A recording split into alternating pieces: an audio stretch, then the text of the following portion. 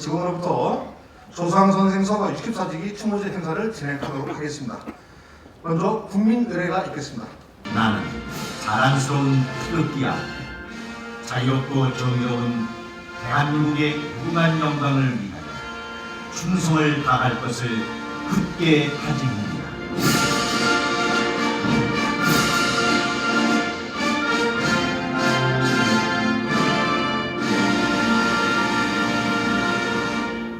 바로 일동묵념.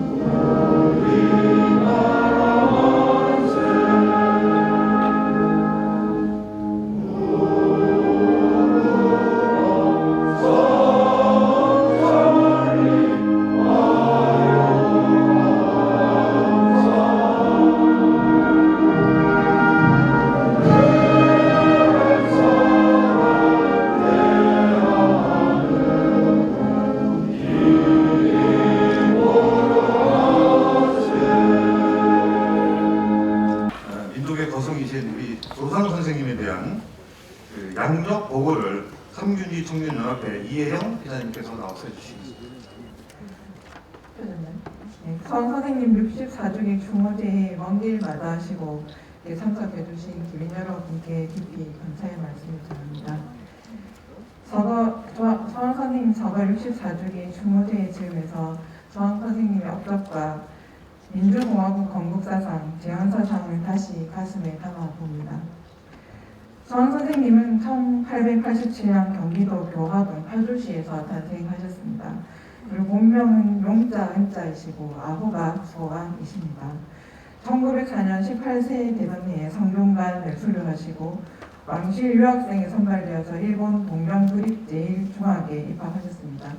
그의 일사조약이 체결되자 동경 유학생들과 함께 항의 집회를 개최하셨고요. 다음 해에 학보를 발간하면서 대일 사상을 전파시켜 나가셨습니다. 중학교 때부터 그런 활동을 하셨습니다.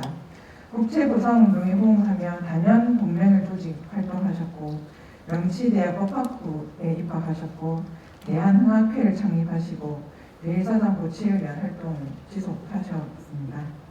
명치대학 법학부를 졸업하시고 교포한 활동을 하셨고 수학기간 동안 동묘약조란 일기를 쓰셨는데 지금까지 중요한 역사 자료로 남아 있습니다. 서원 선생님은 동시대의 독립운동가들과는 달리 청소년기에 국제적인 체험을 겪고 법학의 전문성과 동서의 근대 학문을 접하셨고 삼균주의라는 우리 헌법 정신 그리고 정치 사상을 상시하게 되셨습니다. 1914년 27세 되던 해에 상해로 망명하셨고 본격적인 항일 투쟁을 시작하셨습니다. 박달 학원을 설립하셔서 혁명 청년들을 훈련시키기도 하셨고요. 대동당을 조직하셔서 활동하셨고 국내의 동포의 대동단결을 정신적으로 유도하기 위해서 종교 통일의 육선도를 장치하기도 하셨습니다. 1917년 31세 되던 해에 국제 무대에서 한국의 독립 승인을 받기 위해서 활동에 주력하셨습니다. 상해로 귀환하셔서 대동단결 선언서를 작성해서 국내외 각계에 발송해서 정보 조직을 널리 알리셨고 스톡홀름에서 열린 국제사회당 대회에서 주권 불멸론 등을 곡자로 한 취지서를 일제로 채택하게 하셨고 한국 독립의정서를 대회 결의안을 통과시켰는데 이 결의 의정서에는 일제 야만적 한국 지배에 항의하고 한국은 독립되어야 하며 국제연맹에 한국이 회원국으로 도입되어야 한다는 것을 결의안의 주요 내용으로 주장하셨습니다. 1918년 32세 되던 해에 만주로 가셔서 대종교 관계 독립운동자들과 접촉해서 독립운동 단체를 조직하셨고요. 39인의 대한독립선언서를 발표하시면서 대한민국 임시정부 조직을 위해 노력하셨습니다. 1919년 33세 되던 해에 3.1운동 직후 대한민국 임시정부 수립에 참여하셔서 대한민국 국호와 임시정부 10개조 현장, 이 10개조 현장이 지금 헌법의 기초가 되었습니다. 10개조 현장과 정부조직법을 기초하시고 초대 국무원 비서장과 국무위원회에 선임되셨습니다. 1923년 37세 되던 해에 대한민국 임시정부 외무총장으로 취임하셨고 이동영, 이시영, 김구등과 함께 한국국민당을 창당하시고 창당선언에서 삼균주의를 당강, 당책으로 택하시는 등 삼균주의를 정치사상의 바탕으로 만들어가기 시작하셨습니다. 1940년 세 당을 통합하셨습니다. 한국독립당, 한국국민당, 조선혁명당을 통합하셔서 한국독립당으로 창당하셨고 창당선언에서 삼균주의 정립을 확정시켰습니다. 삼균주의를 국시로 채택하고 1941년 55세 되던 해에 11월에 조소왕 선생님은 삼균주의 입각한 건국 강령을 기초하셨고 임시정부 국무위원회 명의로 공부하셨습니다. 이 건국 강령을 기초하신 일이 최대 업적이라고도 할 수 있겠습니다. 이후 임시정부의 외교 활동을 주도하고 카이로 선언에 큰 기여를 하시게 됩니다. 1943년 57세 되던 해에 11월 카이로 회담에서 한국은 독립한다는 성명을 발표하시고 한국의 독립을 보장받는 데 힘쓰셨습니다. 그리고 광복 후에 1946년 60세 되시던 해에 대한민국 임시정부의 후체계로 비상국민회의를 조직하시고 의장으로 선출되셨고요. 5월 31일부터 23일간 남한 각 지방 순회 유세에 들어가셔서 45개 강연장에서 청중 인원 6만 5천 명에 달하는 대성황을 기록하기도 하셨습니다. 그해 삼균주의 청년동맹을 결성하셨습니다. 위원장에 선출되셨고 삼균주의에 대한 강연을 행하고 많은 글을 발표하셨습니다. 12월 27일에 독립신문사 사장에 취임하시기도 하셨고 그 후에도 삼균주의론을 발표하시는 등 삼균주의 전파에 힘쓰셨습니다. 64세가 되시던 1950년에는 제2대 국회의원 선거에 서울 성북구에서 출마하셨고요. 전국 최고 득표, 그 당시 34,035표로 당선되셨습니다. 6월 25일 북한군 남침에 미처 서울 탈출 못하고 적치하던 중에 엄중 감시하에 연금 생활을 하던 중 9월에 강제에 납북되셨고 1958년 9월 12일에 북한 평양 신미리 예봉 열산에 안장되셨습니다. 1989년 3월 1일절에 대한민국 정부는 건국훈장 대한민국장 최고훈장을 정 선생님께 수여하였습니다. 그리고 대한민국 임시정부 건국강령 초안은 등록문화재 제749로 지정되어 있습니다. 정 선생님의 초안은 제한헌법의 작성에 기초가 된 점을 고려하면 우리 헌법의 뿌리가 되었다고 볼 수 있습니다. 정 선생님은 이처럼 치열한 독립운동가셨고 사상가셨고 해방 후에는 중량감 있는 정치인이셨습니다. 상균 사상으로 헌법의 가치를 세우시고 민주공화정 대한민국을 건국하시는 데 초석을 다지셨습니다. 정 선생님은 대한민국 헌법의 아버지라고 할 수 있는 분이라 하겠습니다. 저희 삼균주의 청년연합회는 정 선생님의 정신을 계승해서 젊은이들에게 대한민국 국민, 우리 민족의 사명감과 미래를 개척해 나가는 희망이자 동력을 가질 수 있도록 열심히 노력하겠습니다. 저희는 젊은이들이 앞으로 삼균주의, 삼균 정신을 좀 더 가까이 접하고 습득할 수 있도록 열심히 활동을 해나가겠습니다. 감사합니다.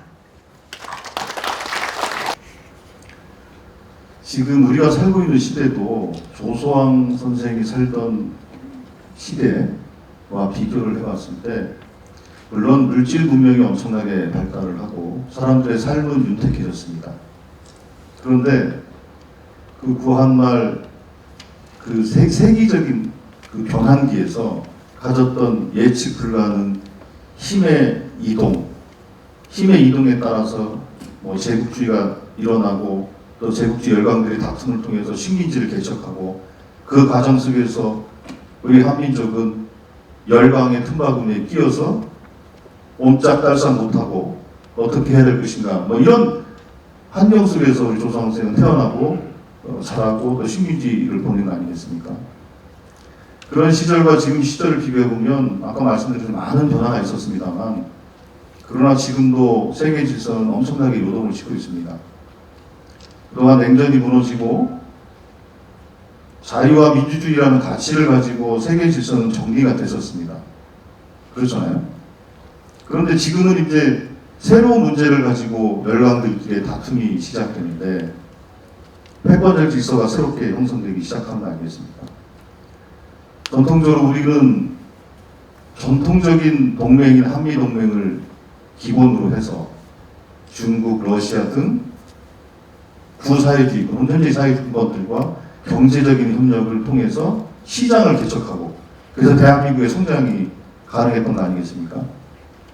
그래서 안보는 미국에게 경제는 중국에게 안미 경중이라는 뭐 그런 얘기까지 있었단 말이에요.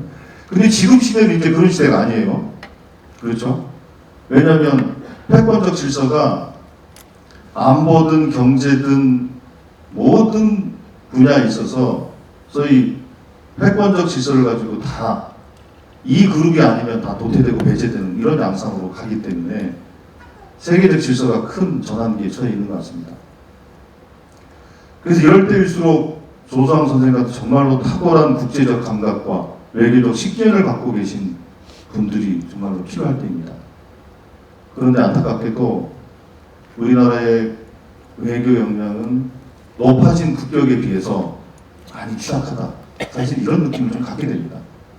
뭐 최근에 여러 가지 정치적 소동도 근본적으로 바로 거기서 발생한 문제라고 생각합니다.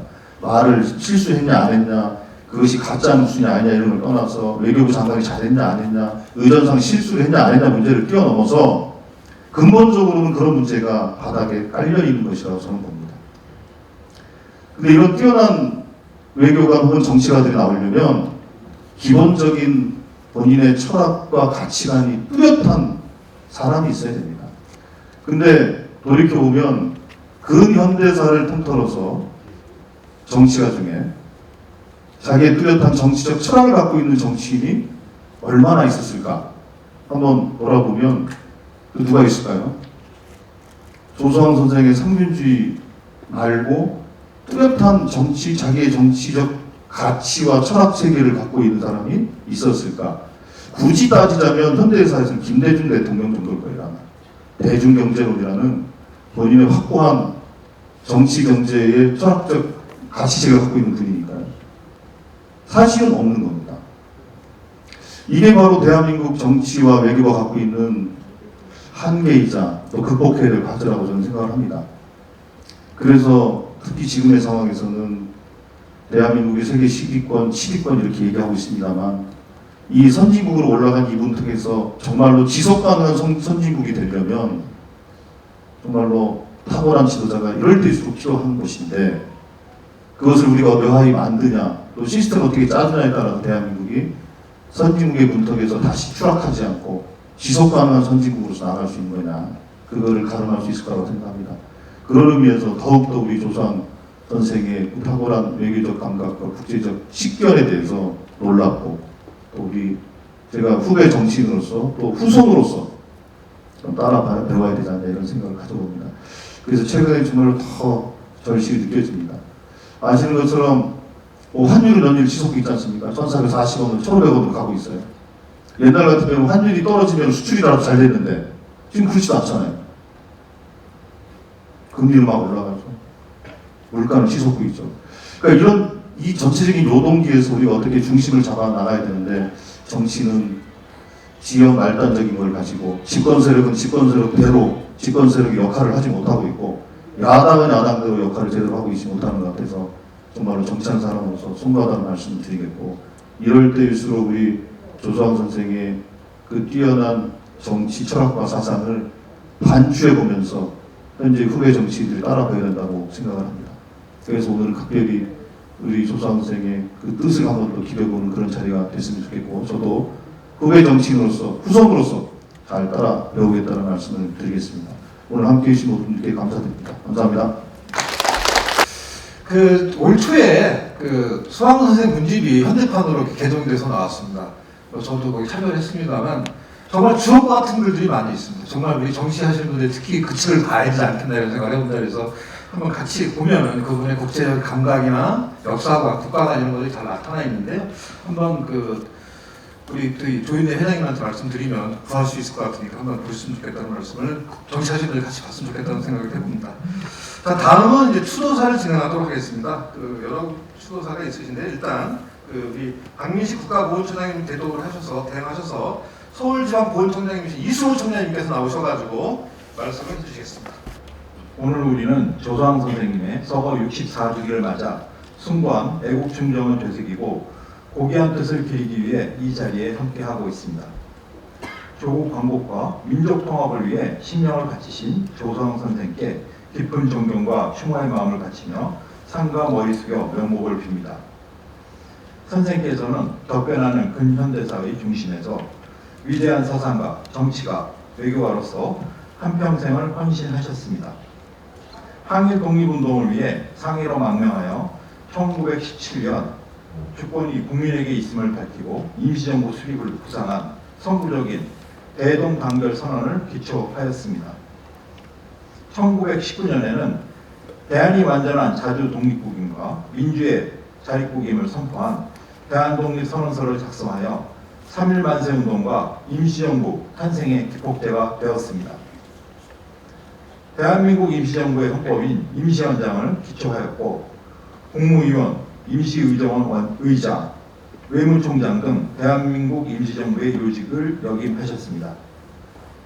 또한 김상옥 의사의 종로경찰서 투탕, 이봉창, 윤봉길 의사의 의거를 주도하고 세계 각지를 누비며 외교활동에 주력하여 카이로 선언과 포츠담 선언을 통해 독립을 보장하는 데 큰 역할을 하셨습니다. 특히 선생께서는 정치, 경제, 교육의 균등을 바탕으로 개인, 민족, 국가 간의 평등을 실현하여 민주국가를 건설하자는 삼균주의를 창시하셨고 이는 임시정부의 기본 이념이 되었습니다. 선생께서 순국하신 지 64년이라는 세월이 흘렀지만 오늘날에도 삼균주의는 세대를 초월한 가치로서 국민 한 사람 한 사람의 권리가 존중받는 더 공정한 대한민국으로 나아가는 여정의 이정표가 되어주고 있습니다. 모쪼록 오늘 이 자리가 조소왕 선생의 애국과 통합의 정신을 되새겨 더욱 번영된 대한민국으로 나아가는 출발점이 되기를 소망합니다. 정부는 나라를 위해 헌신하신 분들께 국가가 끝까지 책임지는 인류 부훈으로 보답하고 국민과 미래 세대가 자랑스러운 애국의 역사를 기억하고 자긍심을 가질 수 있도록 성심을 다하겠습니다. 끝으로 뜻깊은 추모식 준비해서 주신 조소왕 선생 기념사 앞에 조윤래 위원장님과 관계자분들 그리고 자리에 함께해 주신 여러분께 감사의 말씀을 드립니다. 다시 한번 조국 독립을 위해 숭고한 삶을 사셨던 조소왕 선생님께 깊은 존경과 추모의 마음을 바치며 평안한 안식을 기원합니다. 감사합니다. 2022년 9월 29일 국가보훈처장 박민식 대도. 감사합니다.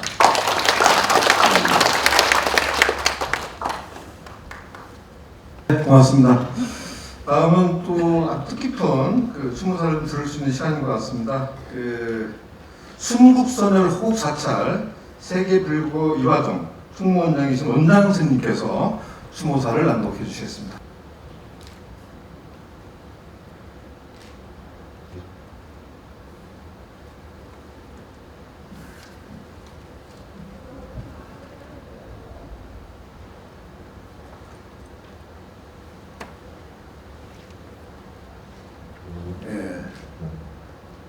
소왕 선생님의 조상 본향에 가면은 대암절벽이 비궁처럼 이렇게 휘어가고 있는데 그 돌아가 보면은 보마암산 서산사라는 절이 있습니다.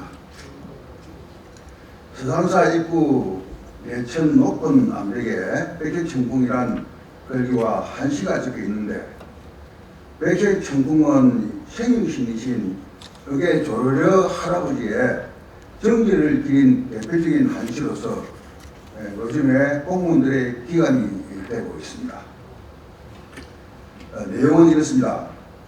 의상등림일 대산천궁청이요 부생수랑 백색수궁성이라 의계 선조 산 오르신날 시내와 산 맑고 깨끗하구나 후손 누군들 늘어보지 않으리 백색토록 맑고 뻗은 그 기풍을 조상 선생이 바로 이와 같은 가문의 정신을 이어받아가지고 나라를 위하여 헌신하며 나라를 걱정하며 생을 살아가신 분 아닌가 싶습니다. 오늘 우리는 위대한 항일 독립운동가이시며 정치 사상가이신 수왕 선생님의 유득을 빌고저 이 자리에 모였습니다. 민족의 근무이신 조수왕 선생님. 선생님께서 항일 독립투쟁 업적과 조국 분단을 막기 위한 그 애국지성에 비하면 오늘 이 자리는 왜 이리 왜소하고 단출하기만 한지 부선인으로서 정말 부끄럽기는 합니다. 조국 독립운동의 실험적 거봉이신 선생님의 추모제전 이 자리에 서 있으니 반감이 교차하며 무슨 말을 먼저 올려야 할지 선생님의 본능에 더욱만 응시할 따름입니다. 우리 민족의 위대한 선생님이시여 오호라 6.25 남침 전쟁으로 뜻하지 않게 납북되어 서가하신 지 64주기를 맞이하여 추모의 정을 나누고자 이 자리에 후세들이 모였습니다. 조국 강복을 위하여 해외 망명생활 40년 전에 동창 노석의 신을 깨끗이고 그 혈투의 성과로 조국이 일제 압제로부터 벗어났습니다. 그러나 강대국의 역장령으로 완전 독립을 보지 못하는 냉혹한 국제 현실 속에서 앞으로 선생은 분노하면서도 조국의 완전 독립을 갈망하셨습니다. 무엇보다도 선생의 조국 강공운동, 투쟁의 빛나는 업적은 대동단계에서는 대한독립선언과 3.1운동의 최대 성과로 수립된 대한민국 임시정부의 획획한 활동을 들 수 있습니다. 국호를 세우고 헌법을 비차시어 민주헌정사에 새로운 지표를 열어 대한민국 민주공화정 밑거름이 되신 분이시기도 합니다.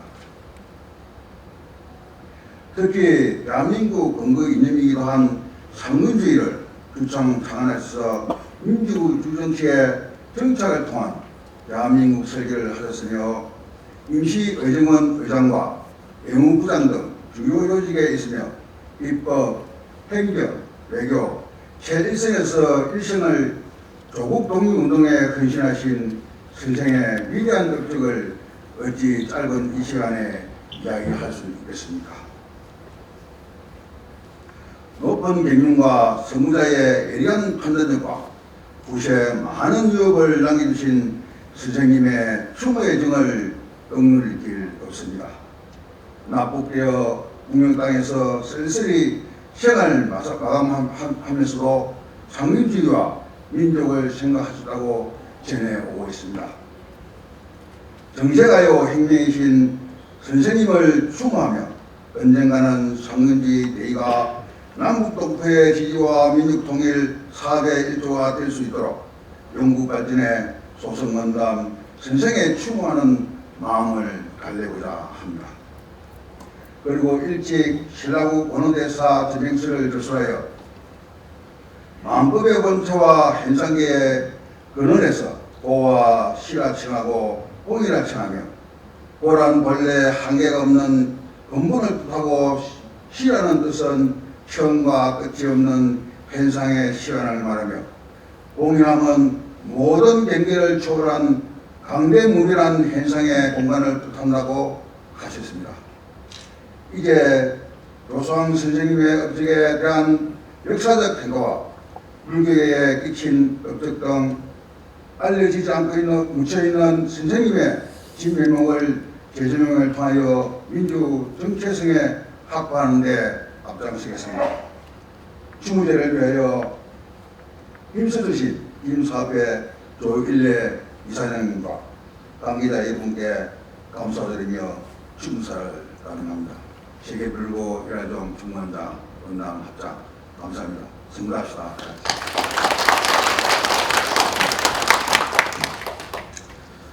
그 스님께서 아까 제가 좀 말씀드렸는데 순국선열 홍선철이라고 제가 말씀드렸는데 스님께서 앞장서셔가지고 우리 순국선열들에 대한 그분들의 원혼을 달래고 그분들의 정신을 널리 세계 알리기 위해서 각 사찰마다 순국선열들에 대한 이렇게 모시려고 하는 그런 것들을 생각하고 계시다고 말씀을 하시더라고요. 그래서 참 좋은 뜻을 가지고 있구나라는 생각을 하게 됐습니다. 그래서 많은 분들이 관심을 가져줬으면 좋겠다는 말씀을 드립니다.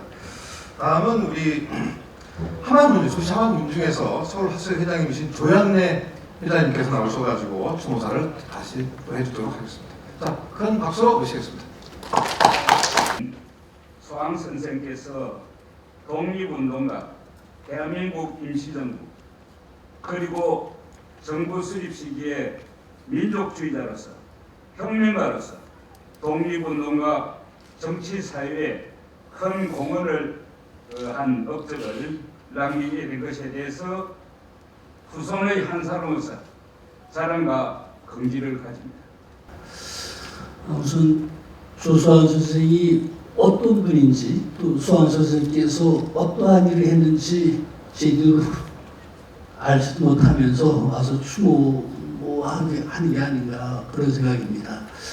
물론 지금 양명보거나 또 추모사에서 여러분이 말씀하셨듯이 조수환 선생에 대해서는 많은 연구들이 이루어졌죠. 활동도 그렇고 특히 상균제 이런 데 대해서 많은 연구가 이루어졌는데 물론 그런 것들이 다 크지만 하나 조수환 선생에 대해서 좀 하나 아쉬운 것이 있습니다.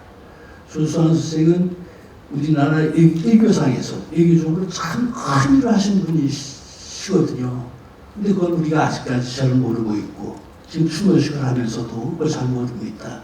그래서 오늘은 좀 그 말씀을 드릴까 싶습니다. 이거를 아까 우리 조승래 국회의원님께서 먼저 말씀을 하시더라고요. 그래서 이제 실제로 조수왕이라고 하는 분이 우리나라 역사에서 참 대단한 애교가다, 엄청난 애교 성과를 얻으신 분이다라고 하는 것을 우리가 좀 새롭게 알았으면 좋겠다라고 하는 생각입니다.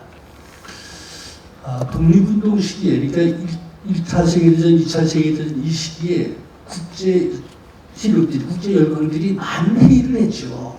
우리가 잘 아는 무슨 네덜란드에서 남북평화회의도 하고 파리강화회의도 하고 또 워싱턴에서 무슨 태평양회의도 하고 또 유엔을 만드는 45년에 유엔을 만드는 샌프란시스코 회의도 하고 그런 회의들이 많이 개최가 되는데 그런 회의가 개최될 때마다 특히 대한민국 임시정부에서는 그 회의에 참여하려고 엄청난 애를 썼습니다. 다 회의에 참여할 준비도 하고 대표도 파견하고 그랬죠. 근데 어떤 국제회의도 대한민국 임시정부의 대표 참석시킨 일이 없습니다. 받아준 일이 없습니다. 잘 아시지만 대한민국 임시정부가 1919년에 국가와 정부로서 수립이 됐지만 연합국은 물론이고 국제세력 어떤 나라도 대한민국 임시정부를 승인하지 않았습니다. 승인하지 않으니 국제회의에 참석시켜주지도 않은 것이죠. 그렇지만 이분들은 그런 악조건 속에서도 인정해주지도 않고 참석시키지도 않는 그런 속에서도 애교 활동을 했습니다. 학계에서는 참석하지 못해서 우리의 주장을 제대로 전달하지 못했으니까 성공하지 못했다 라고 하지만 실제로 그런 국제회의에서 성공한 일이 딱 두 가지가 있습니다. 한 가지는 조수환 선생이 유럽에서 열리는 만국사회당대에 참석해서 한국 독립승인 결의안을 하다는 일이죠. 그건 잘 아시지만 조수환 선생이 파리가화회의에 참석하러 갔다가 이제 유럽에서 만국사회당대회가 열리죠. 물론 그 만국사회당대회 열리는 것은 이미 1917년부터 준비가 됐습니다.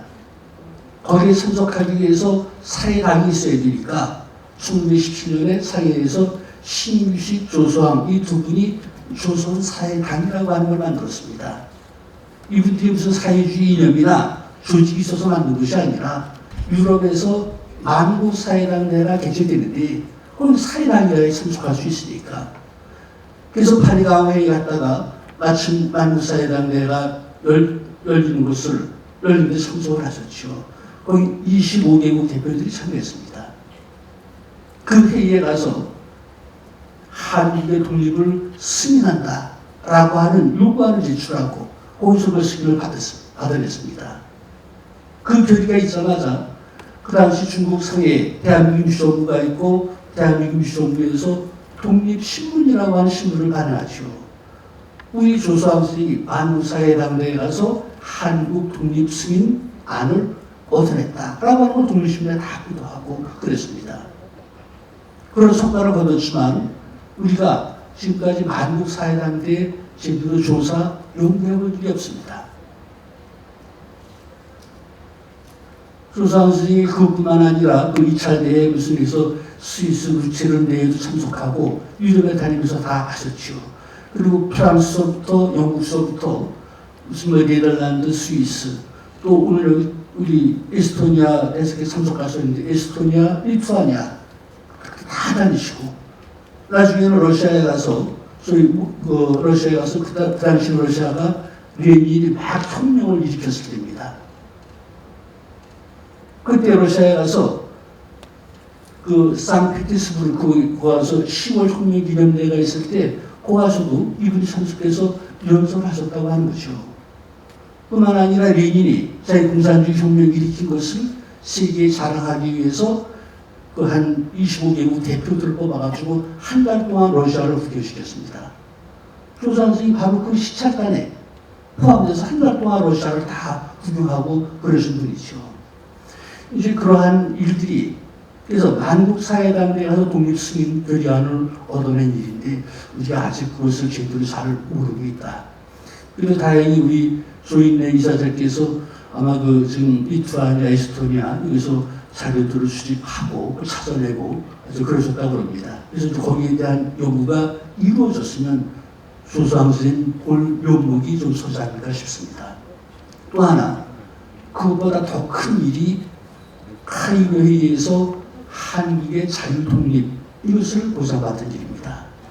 지금 우리가 대한민국이라고 하는 국가에서 독립된 국가에서 살 수 있었던 것은 바로 카이로 회의에서 한국은 일본이 패망하면 자유독립되게 해준다. 그런 약속 때문입니다. 그것 때문에 우리가 독립될 수 있었던 것이죠. 근데 우리는 지금 카이로 회의에서 카이로 회의가 미국, 영국, 중국, 루스벨트, 처칠 장에서 세 사람이 모여서 한 회의인데 거기서 어떻게 한국을 자유독립시켜주자라고 결의했는지 이걸 우리가 제대로 밝혀내고 그걸 제대로 알지 못하고 있죠.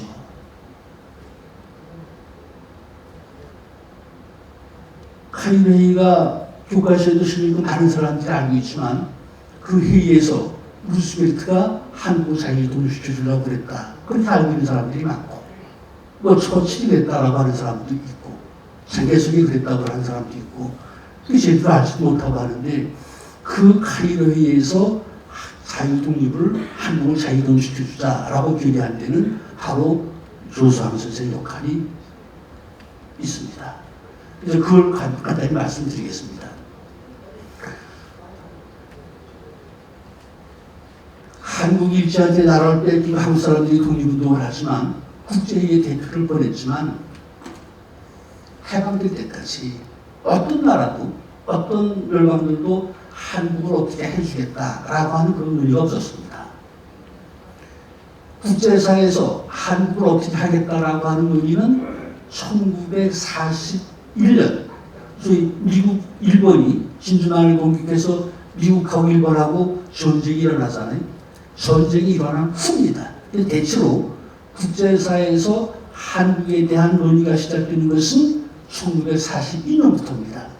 그 논의가 시작되는 중심은 미국입니다. 이 미국은 그 전까지는 한국에 대해서 전혀 아무런 방안도 없고 관심도 없었죠. 그러다 자기들이 일본하고 전쟁을 하는데 바로 일본하고 전쟁을 해서 만일에 미국이 이길 경우에 미국은 어떤 전리품을 찾느냐라고 하는 것을 미국의 국무부 관리들 또 미국의 국제관계 학자들이 전쟁은 군인들이 하잖아요. 그래서 국무부 관리나 국제관계 학자들은 이번 일본과 전쟁에서 우리 미국이 이기면 우리 미국은 뭘 차지하는 게 좋냐. 그러니까 일본이 차지하고 있는 게 한반도잖아요. 한반도를 어떻게 할 거냐. 라고 하는 논의들이 일어났습니다. 그래서 1942년부터 국제사회에서 한반도에 대한 논의가 일어나기 시작을 했죠. 그 논의의 핵심은 국제공동관리였습니다. 국제공동관리였습니다. 미국의 국무부 관리들한테 기자들이 물어보면 오늘 국제공동관리 해야 되지 않겠냐. 또 미국의 국제관계 학자들이 이제 모여서 학술회의 할 때 2차 세계대전 후에 그런 문제를 어떻게 하면 좋겠냐. 그래서 제안한 것이 국제공동관리입니다. 국제공동관리라고 하는 것은 말 그대로 한국은 독립시키는 것이 아니라 국제 여러 나라들이 공동으로 통치한다. 라고 하는 것이었습니다. 그럼 미국은 왜 일본과 전쟁에서 일본을 하고 이겼을 때 일본이 차지하고 있던 한반도를 왜 자기 혼자 같이 국제공동관리 한다고 그러느냐. 미국이 그럴 수가 없죠. 특히 한반도는 중국하고 긴밀한 관계가 있습니다. 또 중국이 한국의 독립운동을 상당히 지원을 해주고 있죠. 그래서 만일에 미국이 한반도를 자기네 혼자 갖겠다고 하면 중국하고 충돌이 일어났죠. 그래서 그런 방안으로 국제공동관리였습니다. 그런 문제가 일어날 때 대한민국 민주정부의 외교부장이 조수왕 선생이었습니다. 그 1942년 요즘도 국회가 있지만 정기국회가 10월달에 열립니다. 10월달에 열리면 외무부가 1년 동안 정무보고를 하죠. 42년도 임시정부의 의회에서 외무부가 정무보고할 때 보면 국제공동관리에 대한 것을 다 조사를 했습니다. 제 기억으로는 미국의 무슨 언론에서 학자들이 또 국무부 관리들이 국제공동관리 언급하고서 다 조사했는데 742회가 언급이 됐다. 근데 그것은 학자들 의견이고 언론인 의견이니까 외무부가 그걸 다 파악을 하고 있어도 어떻게 할 시간이 없죠. 근데 그 문제가 43년 3월 23일 날 영국의 외무부 장관 이든이 미국을 방문했습니다. 그래서 미국 대통령 루스벨트하고 만났습니다. 그 만나고 있으면 다른 사람들은 회담이라고 보지만 그건 회담이 아니라 영국 외무부 장관이 미국 방문해가지고 대통령을 만난 것이죠. 거기 만나서 그 두 사람들 사이에 전쟁 후의 문제가 논의되면서 한반도 문제를 논의했습니다. 그래서 그것을 국제공동관리한다라고 두 사람들이 합의를 했습니다. 그 정식 회의니까 발표가 안 되죠. 근데 아마 그게 신문에 발표된 것은 영국의 외무부 장관이 미국 방문하고 아마 영국에 돌아가서 아마 기자들한테 무슨 성과가 뭐 있냐 아마 그렇게 물었던 것 같습니다. 그랬더니 영국 외무부 장관이 기자들한테 이번에 미국 가서 루스벨트 만나가지고 전쟁 후의 문제를 결의했는데 그 중에 하나가 한국은 국제공동관리를 하기로 했다. 그래서 그 영국 신문에 났습니다. 영국 신문에 나니까 그걸 미국 신문들이 보도를 하고 미국 신문에서 보도가 돼서 또 중국 신문에서 보도가 되고 그 사실을 대한민국 임시정부의 특히 외무부장 조수왕 선생이 알았습니다. 그 전까지는 개인적으로 언급될 때는 크게 문제가 안 되는데 영국, 미국이 국제공동관리 하기로 했다. 라고 하니까 이건 국제에서의 결정되거나 마찬가지죠. 그 소식을 듣고서 임시정부 외무부장은 즉각적으로 국제공동관리를 반대한다. 라고 하는 그런 성명서를 발표합니다. 그래서 전후 한국 문제 국제공간 불능찬동이라고 하는 성명서를 발표하죠. 그 성명서를 그냥 써서 발표하는 것이 아니라 중국 신문 기자들을 모아서 발표를 해서 중국 신문에 다 났습니다. 거기에 핵심은 우리 한국은 그래서 지금 미국, 영국 이런 나라들이 일본이 패망하면 자기들이 한국을 공동으로 관리한다고 하는데 우리 이걸 반대한다. 반대하는 이유를 여러 가지 대면서 그 중에 하나는 우리 한국은 일본이 패망하는 즉시 독립돼야 된다. 그렇지 않으면 어떤 일본이 패망했는데 일본을 대신해서 열강들이 또 통치한다고 하면 우리는 그동안 일본에 저항해서 싸웠듯이 열강들을 한태적으로 저항해서 싸울 것이다. 그러니까 우리는 일본이 패망하는 즉시 독립돼야 된다라고 하는 성명서를 발표했습니다. 수왕 선생이 그 성명서 발표했다고 해결될 일이다. 그렇게 생각하지 않으셨죠. 이것을 어떻게 해서든지 막아야 되는데 막아내야 될 방법이 없습니다. 그래서 그 소식을 접하고 나서 임시정부에서 당정 등 수뇌들이 모여서 회의를 합니다. 회의에서 여기에 대해서 우리가 결별히 반대 운동을 하자. 그래서 5월 10일 날 중영에서 제중 자유한인대회라고 그 당시 임시정부 요인들 또 한국과 무슨 단체를 한 300명이 모여서 그 걸기대를 합니다. 이름을 제중 자유한인대회라고 했습니다. 그 대회의 기본적인 목적은 국제 공동 관리를 반대하는 것입니다. 그래서 우리가 반대하는 결의문, 선언문 이런 걸 다 작성해서 사개국 원수에게 다 보내고 그런 걸 채택을 하고 시위운동을 했죠. 그 시위운동을 했다고 해서 국제공동 관리 문제가 해결될 거라고 생각하지 않았습니다. 임시정부에서는 이걸 막아줄 수 있는 것은 중국뿐이다. 그런데 중국하고는 정식으로 우리가 교섭관계도 없습니다. 그래서 외무부 장관을 비롯해서 임시정부의 여러 요인들이 중국의 요인들을 찾아다니면서 미국, 영국이 우리 독립시켜주지 않고 영한들이 공동으로 통치한다고 하는데 중국이 나서서 그러지 말아주십시오. 그래서 중국 요인들을 찾아다니면서 호소합니다. 하소연합니다. 중국 요인들을 만나다가 이분들이 얻은 정보가 있었습니다. 그 정보가 장개석이 루즈벨트를 만나서 회담 안 된다라고 하는 정보였습니다.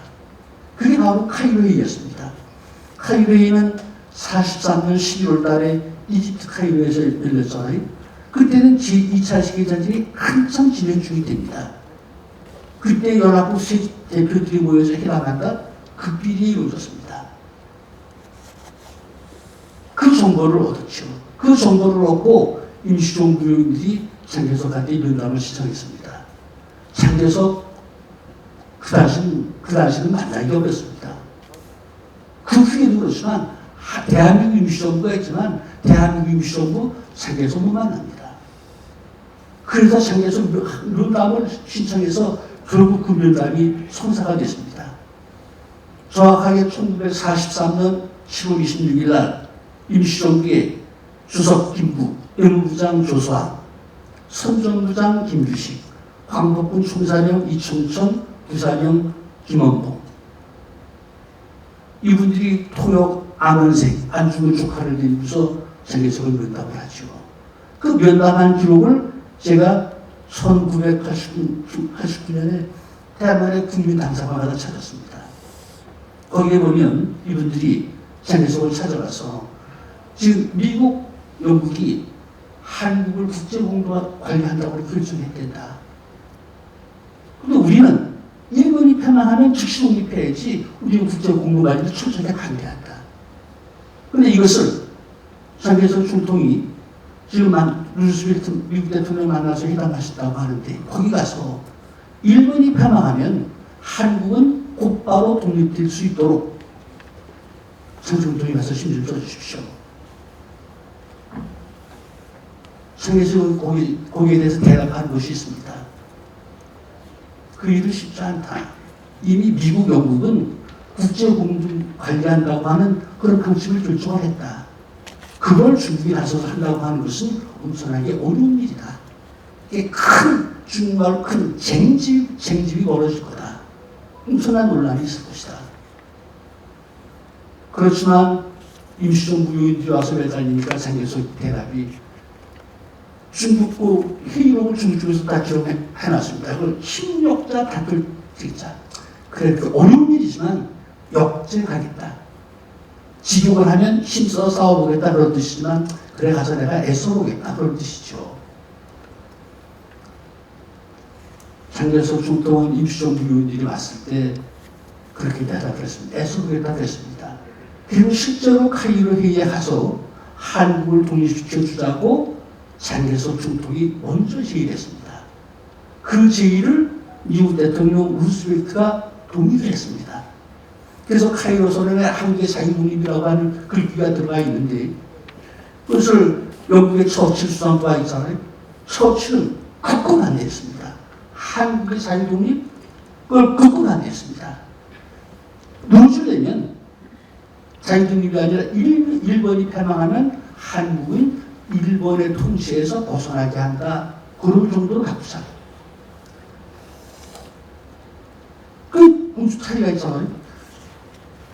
처칠이 그게 반대하는 것을 장개석 처칠, 또 신노자, 중국의 왕충의 또 영국의 일문상 카도간이 격렬하게 논쟁을 벌였습니다. 그 논쟁을 지금 다 설명드릴 수는 없지만 그래서 영국이 그 논쟁에 졌습니다. 그래서 받아들인 것이죠.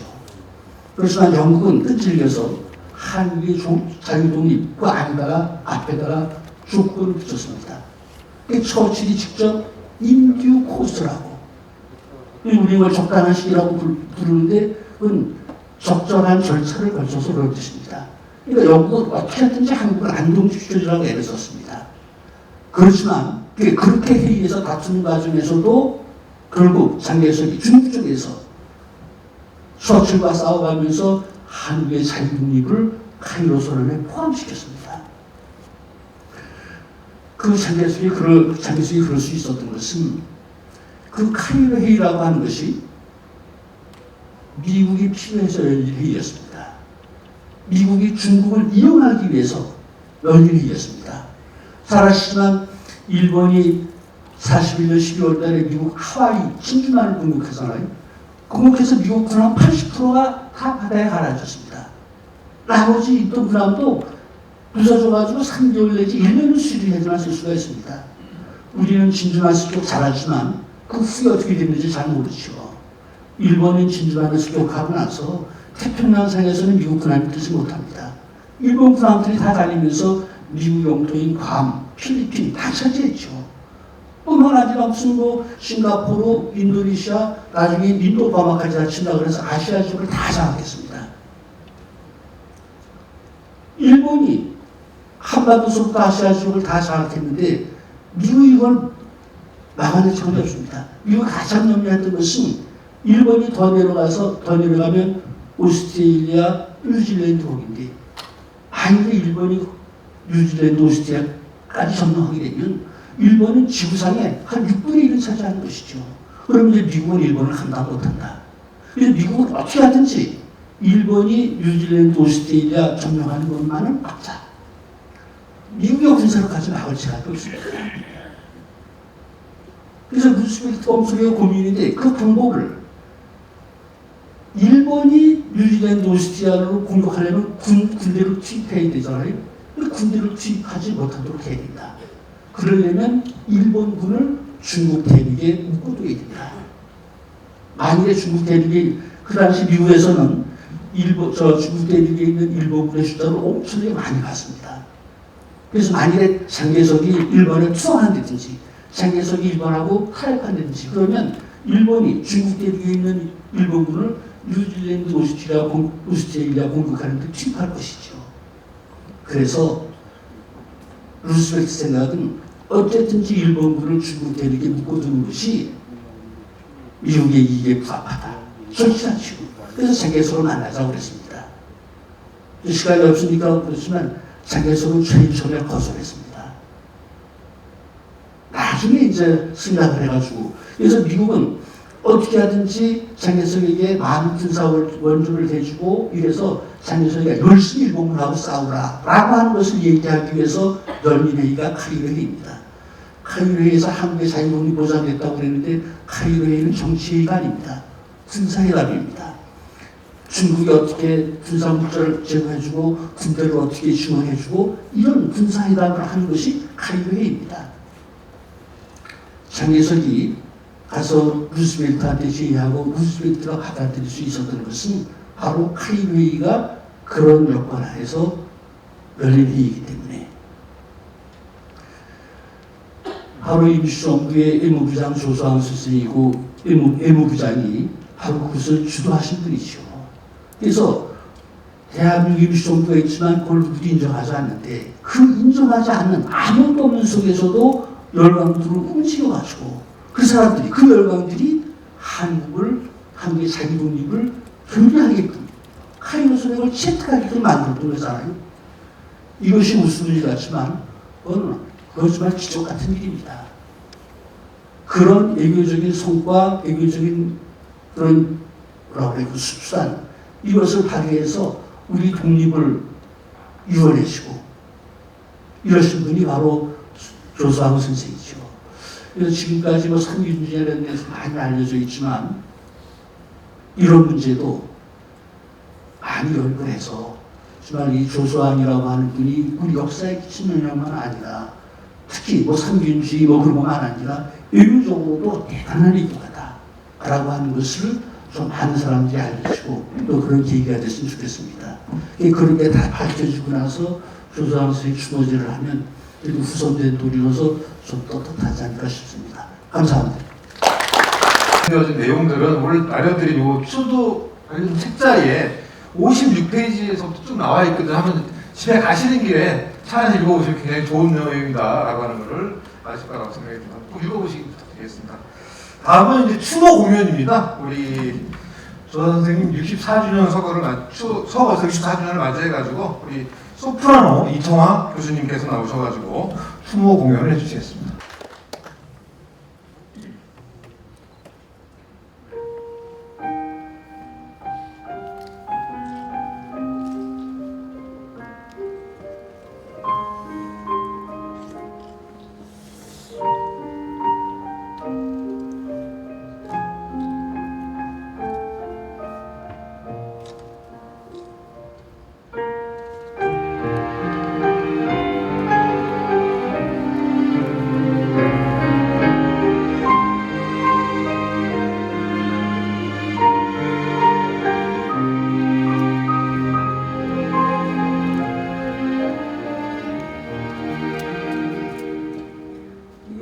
이곳에서 울지 마오 나 여기 없어 나 이곳에 잠들지 않았다오 이곳에서 슬퍼하오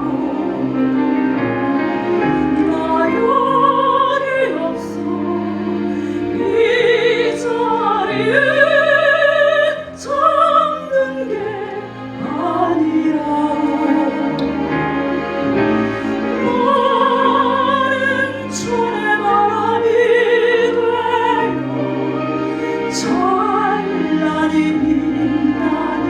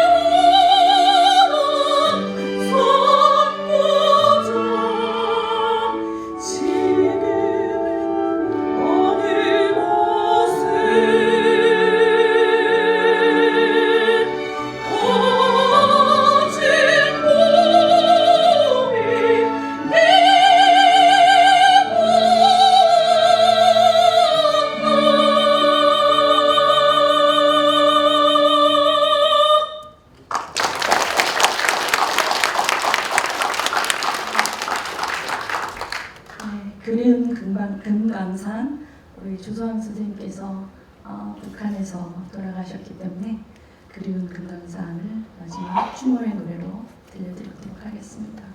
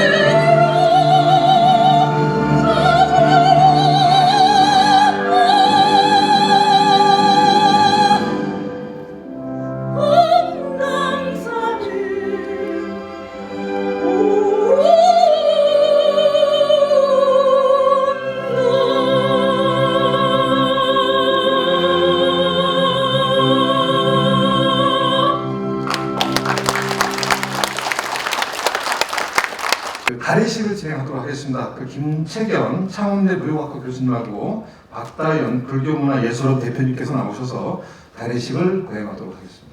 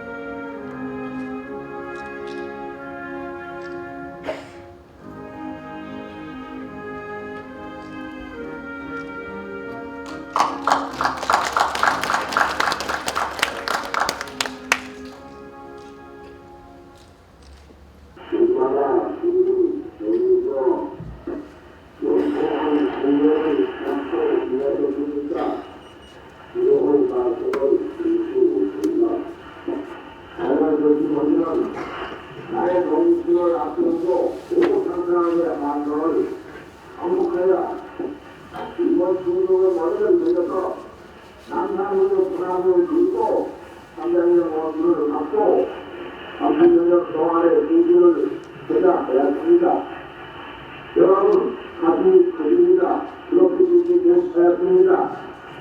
나는 한편 사목을 대할 의무를 지었습니다. 그러나 모두에서 사회에서 난명살이 사정방로 방송에서 생전을 맞을 때마다 결심하기를 영년에는 한성에서 이날을 맞이하자 하였습니다. 지금은 두번 성수는 하였습니다마는 내생을 알고 그게 되었습니다마는 눈앞에 어린 아이들을 먼저 여러분과 함께 이날을 맞게 되었습니다마는 꿈인지 생신인지 모르겠습니다. 여러분 감정만 동서여 힘껏 씁시다. 마음대로 웃읍시다. 힘을 다하여 주시옵시다. 나 그동안 여러분께 맹세합니다. 우리나라를 농민국으로 하옵니다. 우리 동포 하여금 자유민주주의 하옵니다. 우수한 농은 여러분의 형제, 친구, 인성, 그런 농민국과 자유민주를 맺은 이후에야 앞서던 외람의 강업에서 한국에 오르게 되었습니다. 우리놈과 충원을 위하여 나는 여러분 그들의 안주와 어려 언니와 아우에게 이노이노 다지옵니다. 이렇게 한국 그릇을 오라도 그러나 다시 우리 생선 소목 건부원열에 까지 보호하고 맹세하고 싶습니다. 우리 민주 독립을 강화하리라. 아비마다 대학을 걸어보내오리라. 어른마다 투표하여 정치상 권리를 갖게 오리라. 사람마다 이모 행동씩 먹고 한절씩 가지고 살게 오리라. 운동을 반복하리라. 만일 그렇지 못하게 되면 나의 몸을 불에 태워 죽여주시오. 대한민국 만세, 민주정부 만세.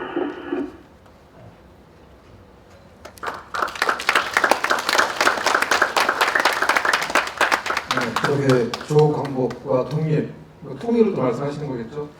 그렇게 말씀하셨는데 그 여한을 이루지 못하고 있어서 매우 안타깝습니다. 다 하긴 좀 어려울 것 같고 일단 유족 대표 먼저 하시고 행사 전체 끝나면 다시 일반 분들도 참여와 그냥 할 수 있도록 하도록 하겠습니다. 그래서 나가시죠.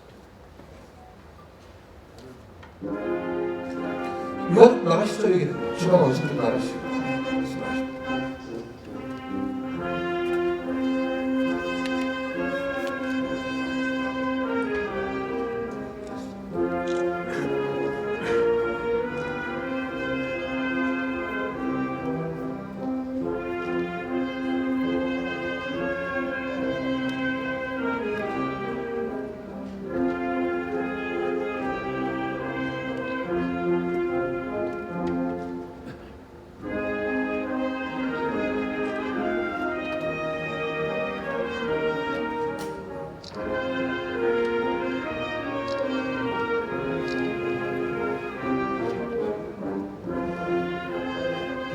지금 하실 분들은 가셔도 됩니다. 이게 혹시 선계가 준비가 되어 있기 때문에 나와서 하셔도 됩니다. 그냥 도시락 먹긴 했대요. 예, 뭐 그래가지고 아까 그분한테는 얘기를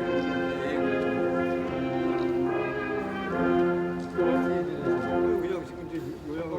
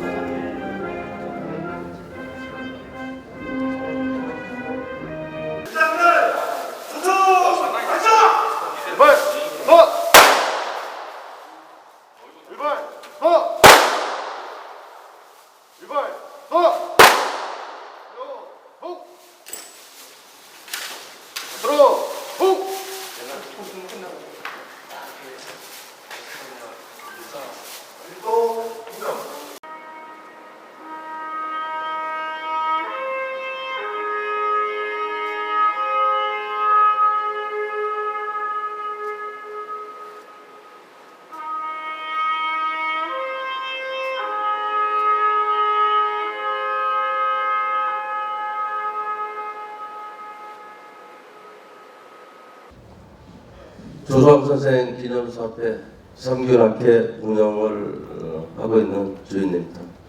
오늘 이렇게 참석해 주셔서 너무 감사드립니다.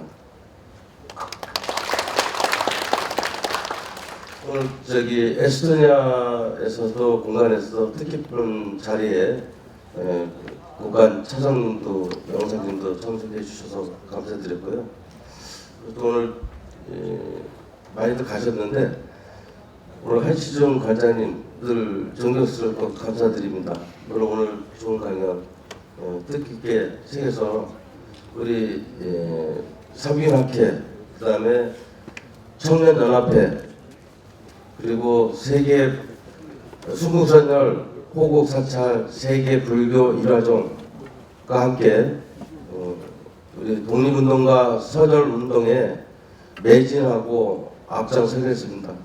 또 오늘 많은 광복회원님들 참석해 주셨는데요. 광복회 반드시 개혁하고 하는데 앞장서겠습니다. 감사합니다.